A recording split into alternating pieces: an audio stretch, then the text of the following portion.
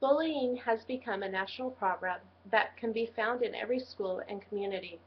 Because it is such a widespread and detrimental issue that many children and some adults face, I feel it is the public's responsibility to find and incorporate solutions to this ever-increasing problem. StopBullying.gov gives us the definition of bullying. Bullying is unwanted, aggressive behavior among school-aged children that involves a real or perceived power imbalance. The behavior is repeated or has the potential to be repeated over time. Both kids who are bullied and who bully others may have serious, lasting problems. To begin with, I would like to focus on these serious, lasting problems. The StopBullying.gov states, "This will give us a better understanding of the negative effects of bullying. Kids who are bullied can experience negative physical, school, and mental health issues. Kids who are bullied are more likely to experience depression and anxiety, increased feelings of sadness and loneliness, changes of sleep and eating patterns, and loss of interest in activities they used to enjoy. These issues may persist into adulthood. Health complaints, decreased academic achievement, GPA and standardized test scores, and school participation. They are more likely to miss school, drop, or skip school." Ken Rigby, Ph.D., is an adjunct professor in the School of Education and the Hawke Research Institute at the University of South Australia.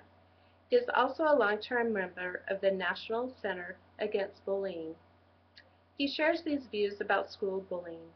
Although responsibility for countering school bullying must be shared and involve the entire community through parents, the media, governments, and others, the prime responsibility for bullying in schools rests with schools. Schools are where the bullying mostly happens and where both proactive and reactive action can make a difference.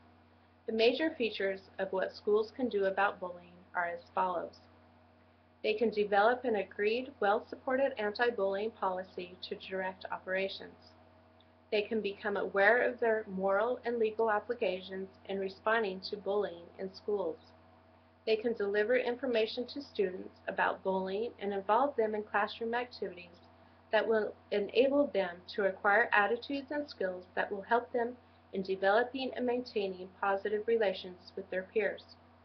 They will help children to come to terms with new forms of bullying, especially those making use of cyber technology. They can work with students who can be trained to support vulnerable children who are being bullied. They can work with the police, especially in responding to cases that involve criminal activity, as in violent assaults. They can adopt the most appropriate intervention strategies for dealing with cases of bullying that come to their attention. They can seek to prevent bullying and deal with cases of bullying through cooperation with parents. As we can see from these many suggestions in preventing school bullying, parents, schools, and communities need to be proactive in prevention and abolishing school bullying. Moving on to community bullying, there are several types of bullying that occurs in each community. These can be gang-related, after-school programs, work environments, and can be found in our churches and community centers. Overall, there is no place that is immune to acts of bullying. I want to touch on bullying in the workplace. On the website meditate.com, Bill Eddy shares an article about bullies at work. He says, "Workplace bullying is a growing international problem. It is more than a one-time incident.